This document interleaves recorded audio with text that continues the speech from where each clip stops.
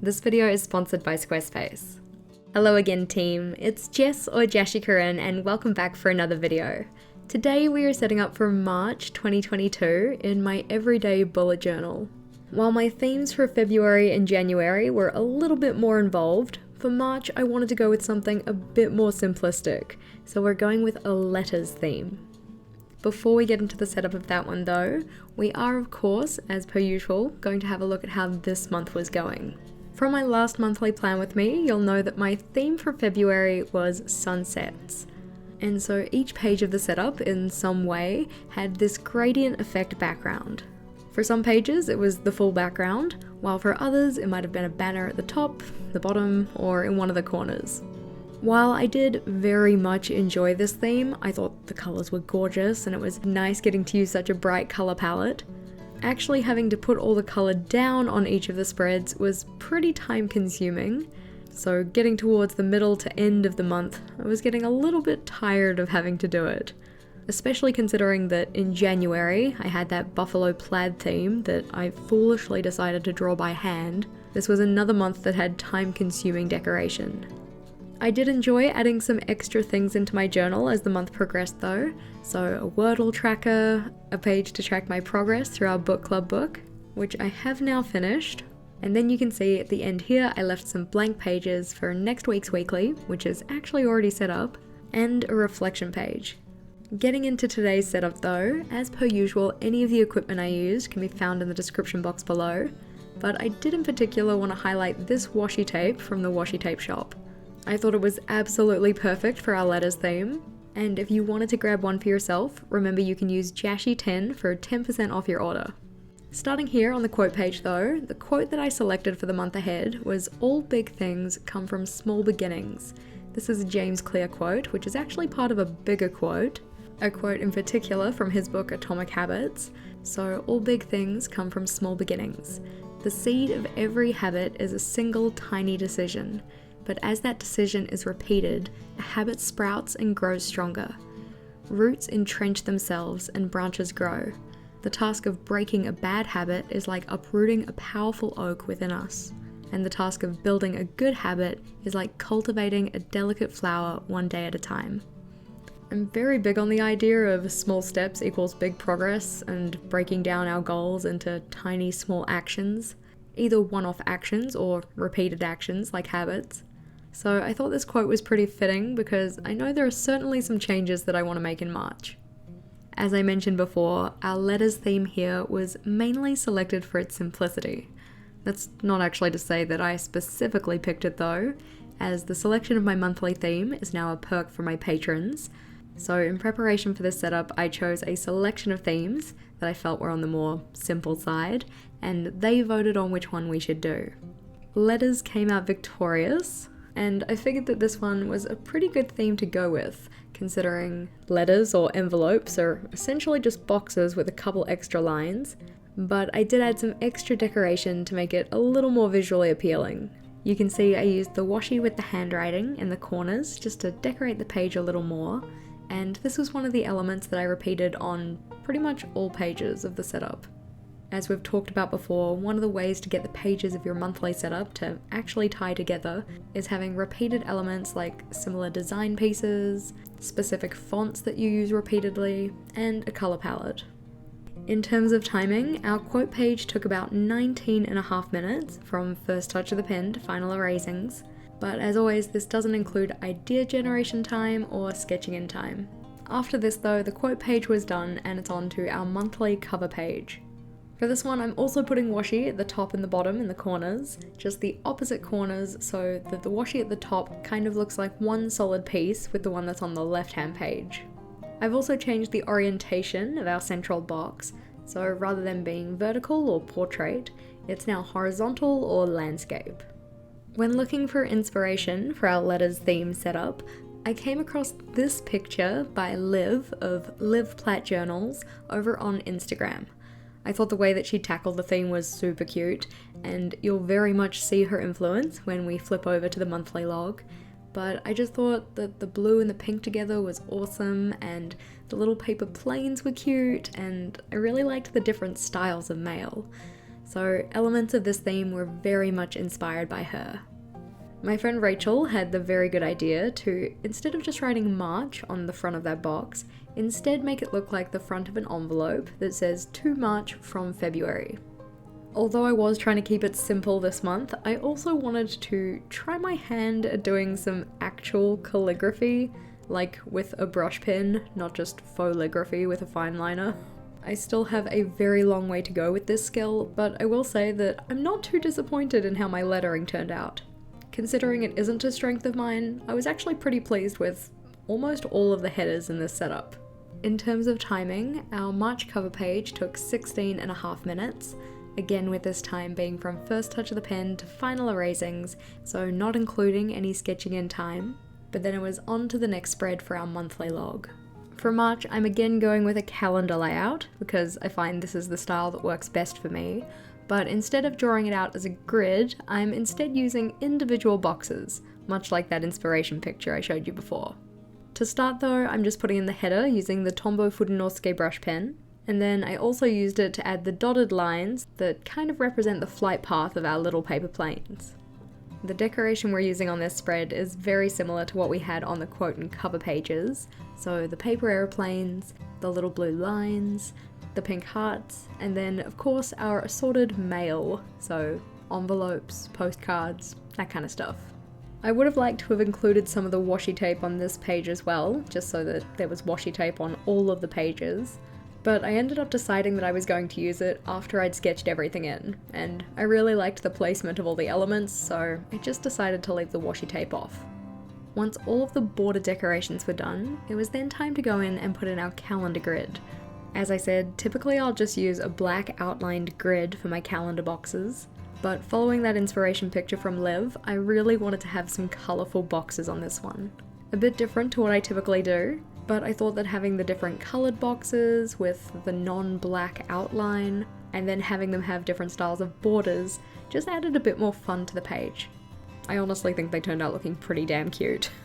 Our monthly log here took about 30.5 minutes, so one of the more time-consuming layouts in this setup, but certainly not as long as some of my previous setups have taken me. Flipping over to our next spread though, and you can see I've already put some washi tape on this one, the first page on this spread is dedicated to my monthly challenge. Question of the day for you guys, what is a monthly challenge that you might be interested to try? So for example, the monthly challenges that I'm doing this year are all health related in some way. So my challenge for January was daily exercise of at least 20 minutes, that one went pretty well. And then my challenge for February, which has not been going so well, was to improve my sleep routine by getting up and going to bed at the same time each day. The times that I picked for this were 6:30, because that's effectively the time I thought that I needed to get up to be on time for school, and 10:30 so that then in theory I would get 8 hours of sleep. But the bedtime one in particular I have not been doing super well with. At least with the getting up in the morning one, it's like my alarm goes off and I get up, so it's not so much of a problem. But actually making myself get into bed, or like be in bed ready to go to sleep at 10:30, has not really happened. After about a week I did decide to tweak the challenge a little, so instead of being in bed at 10:30, it was more about going to bed when I felt tired. So not fighting against my tiredness and just taking myself to bed to go to sleep. That version has been going better, but I don't get tired at 10:30, which is probably why the whole being in bed at 10:30 thing wasn't really working. At this stage, I don't actually know what my monthly challenge is going to be for March, but I figured I can fill it in using these little envelopes that I'm drawing out here. So on each of the envelopes, I drew in a little circle to represent a wax seal, and I can colour in that wax seal based on whether I did or didn't complete my challenge. You'll see that the wax seal is currently coloured in with the tan colour that I'm using for the envelopes, but I'm just going to make sure that the colours that I use to indicate whether I did or didn't complete the challenge are just dark enough to go over the top of that tan and not have it show through. You can see here that while drawing out this layout, I managed to bend the nib of my extra small size Pitt Artist pen, which was a bit unfortunate. But in terms of timing, our monthly challenge tracker took about 26 minutes from first touch of the pen.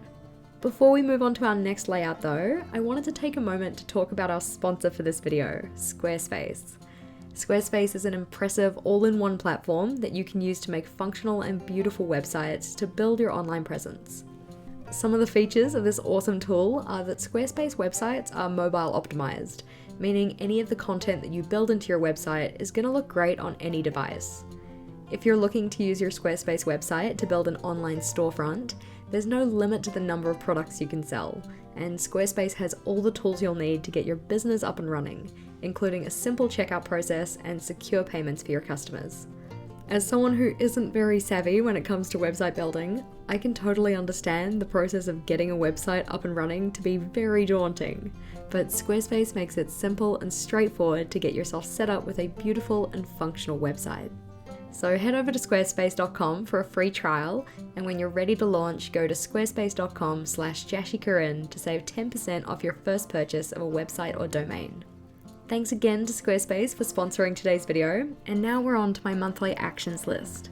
This is effectively the list where, on a monthly basis, I write down the things that I need to do in order to work towards accomplishing my goals. Each month I break these down into 3 sections, so the one-off or monthly actions, the weekly actions, or the tasks that I repeat on a weekly basis, and the daily actions, or daily habits that I'm trying to build. While I keep track of the monthly and weekly actions on this list, the daily actions I will write down here, but I track them as part of my habit trackers that I've been putting on my weekly spreads. That's a bit of a change for me this year. Previously I've just used monthly habit trackers, but I found that having them on my weeklies, and thus right next to my task list, so checking in with them a bit more consistently, has been quite helpful. You'll see that I've again used that washi tape masking trick to keep the headers for each section nice and neat, and then I wrote in the headings with a dark blue Pitt Artist pen. In terms of timing, the monthly actions list was the quickest page to set up, so coming in at 9.5 minutes, and then we're over the page and onto my productivity tracker. I super love the productivity tracker. I'm really hoping that next month I actually keep consistent with filling it in, but I'm feeling optimistic, I'm feeling good about it at the moment. If you're not too sure how this one works, effectively each row is for a day of the month, and then all of the little grid spaces that I'm drawing in are a place to fill in what ways I've been productive that day. I do have a full video explaining how the productivity tracker works, so if you hadn't already checked that one out and were feeling curious, make sure to jump down into the description box below where it's linked. While you're down there, if you wanted to give this video a like, I wouldn't stop you. Of course, only if you actually like the video. Remember that leaving likes and comments on the videos that you actually like helps let YouTube know that you want to see more of those kind of videos. You'll see that in the middle of this spread, I also put in a little Dutch door to house the key for my tracker. This one is primarily a vertical Dutch door, so cutting away that middle page vertically down the journal, but then I've also cut it horizontally at the top, just so that you could see the productivity header regardless of which way the key was facing. I did also put some washi tape on the key, so there isn't quite as much space as I'm used to, and while I don't define my key in this video, I assume it's going to be pretty similar to the ones I've used previously. In terms of timing, this productivity spread took about 35 minutes, maybe a little bit more to set up, but if that sounds too time consuming for you, I do offer this tracker as a printable over on my Patreon. If you were curious to find out about the perks that I offer over there, do make sure to check it out. That one's also linked in the description box below. It's also where I offer some free trackers, so video related printables like my Tombow swatch page, lists of pages that you can include in a monthly setup or a new journal setup, and a bunch of other things as well. You can probably see that I did stuff up putting the dates in on this one, so Autopilot Jess put in Monday as the first day of March, even though it's Tuesday. But I've just left it in there. I know what I meant and it doesn't really bother me that much. I've said it before, but often when we try and fix a mistake, we just end up drawing more attention to it than we would have if we just left it in. For instance, I put a spelling error in one of my headers on a previous page. Did you guys notice? Onto my meal log though, and you can see I'm using that pre-February style that I've used before. For February, I tried something a little bit different. I gave myself effectively a spread per week to write out my intended meals and then what I actually ate.